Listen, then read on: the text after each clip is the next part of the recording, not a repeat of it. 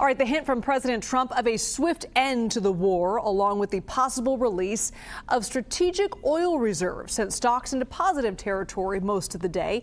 The Dow dipped into the red at the end of the session, as you can see there, down about 34 points. And oil prices are in the $80 range, as Olivia just mentioned, after skyrocketing to over $100 a barrel this weekend. Now, the pressure to reopen the Strait of Hormuz is intensifying, as well as the rhetoric around it. You can see from this time lapse from March 8th through the 9th, there's very little traffic going through the strait right there. Now, through which about 20% of the global oil supply flows through that Strait of Hormuz, that tiny little area. Now, President Trump said he was thinking about taking it over and would be the end of Iran if it inhibits transit through that waterway in any way. Now, a senior Iranian leader warned the Strait of Hormuz will either be a strait of peace and prosperity for all, or will be a strait of defeat and suffering for warmongers. Now, and the CEO of Saudi Arabia's Aramco, which is the world's top oil exporter, warned of catastrophic consequences for the world's oil markets the longer that strait is closed. So I want to bring in Matt Smith, an analyst at data and analytics firm Kpler. Matt, great to see you. So where do things stand with the strait and oil exports today? Well, Liz, we're seeing exports gradually dwindling lower, and that's simply because all of the tankers that are stuck in the Mideast Gulf there have essentially been loaded with crude or with products, and so there's very few empty tankers left to load onto, and so the exports are basically dropping to zero.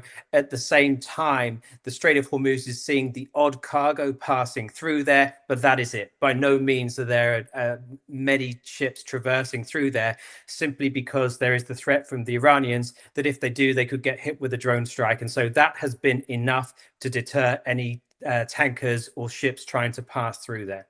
Now, Matt, we've heard some countries have actually cut back on oil production because they're simply running out of storage. How bad is that situation, and how are oil producing countries dealing with this prolonged closure? Because I understand it takes a while for it to start back up again. Absolutely. So we're seeing a number of different countries announcing that they are shutting in oil production.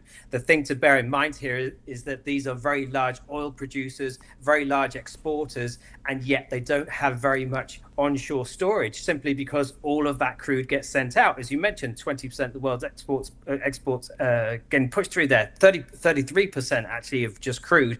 So it is a lot that's going through there. And so we are seeing these producers dialing back. And so there is that impact that is happening, as well as the fact that these exports aren't actually hitting the market. And so there's kind of a double whammy here in terms of we're getting to the point where there's going to be supply dislocations across various commodities, across various regions of the world, simply because these commodities aren't arriving where they're supposed to be.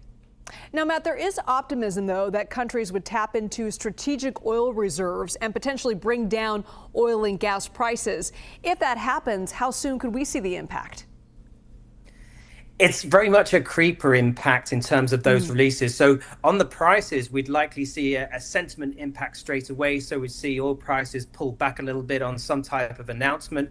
But the fact of those physical barrels actually coming to market is a very gradual process. And so because of that, you get the sentiment bump, and that's about it. And so by the time that the full effect of all of these barrels hitting the market happens, the Strait of Hormuz is likely to be open again. If it's not, we've got bigger things to worry about. Matt Smith, thank you so much.